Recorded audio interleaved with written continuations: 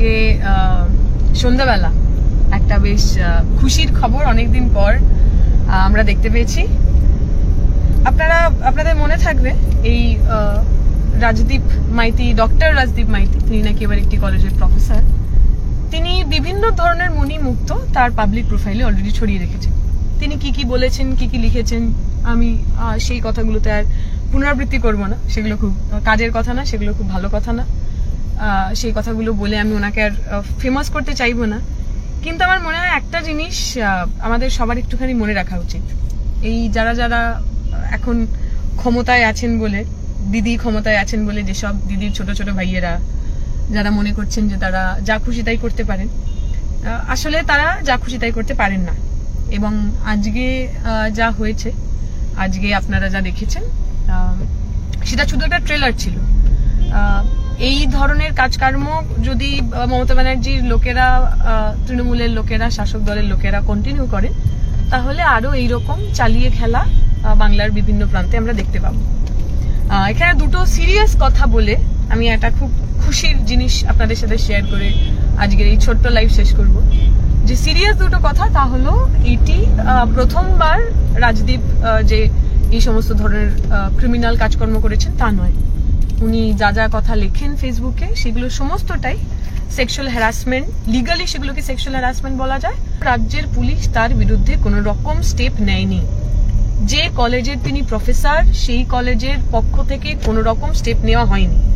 এখন যারা ওই কলেজগুলোতে পড়েন, আমি তো বিশেষ করে রাজদীপ মাইতি একা একজন ব্যক্তি নন, এরকম হাজার হাজার রাজদীপ মাইতি, মনোজিৎ মণ্ডলদের সঙ্গেই তারা পশ্চিমবঙ্গের বিভিন্ন কলেজগুলোতে কোথাও শিক্ষক হিসাবে, কোথাও শিক্ষাকর্মী হিসাবে, কোথাও জীবনে পাশ না করা ছাত্রনেতা হিসাবে তারা সব রয়ে গেছেন।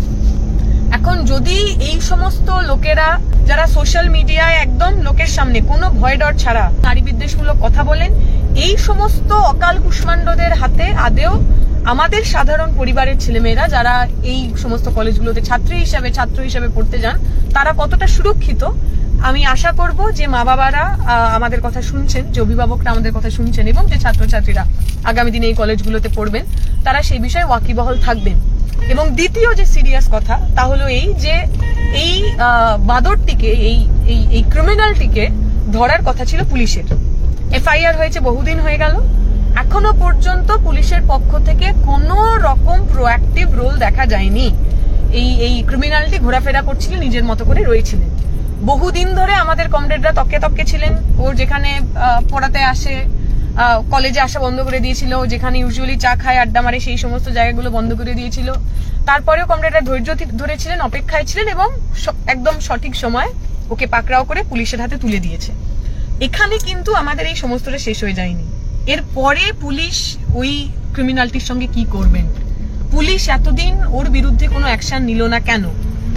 এই ক্রিমিনালটিকে পুলিশের হাতে তুলে দেওয়ার পর ওর বিরুদ্ধে কি কি ধারায় মামলা হবে, কি কি ধারায় এফআইআর হবে, এবং কি ধরনের শাস্তি ও আলটিমেটলি পাবে, সেইটা দেখার জন্য কিন্তু আমরা রাস্তায় থাকবো।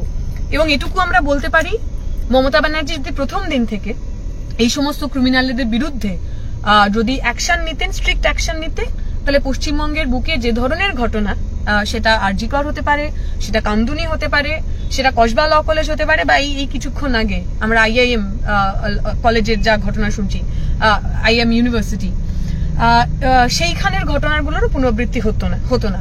আমরা আশা করব তৃণমূলের শাসক দলের যে সমস্ত রেপিস্ট, মস্তান, দু পয়সার ফুটো মস্তানেরা রয়েছেন, তারা আজকের এই পুরো ঘটনাটাকে একটা ওয়ার্নিং হিসেবে নেবেন। এবং সুতরাং খুব সুন্দর একটা ব্যাকগ্রাউন্ড মিউজিকের সঙ্গে একটা খুব সুন্দর সাংস্কৃতিক পরিবেশনা হয়েছে। আমরা আশা করব আগামী দিনে এই ধরনের সাংস্কৃতিক পরিবেশনা আমাদের কম করতে হবে, এই ধরনের সাংস্কৃতিক অনুষ্ঠানে আমাদের কম অংশগ্রহণ করতে হবে। আপনারা সবাই ভালো থাকবেন, সতর্ক থাকবেন।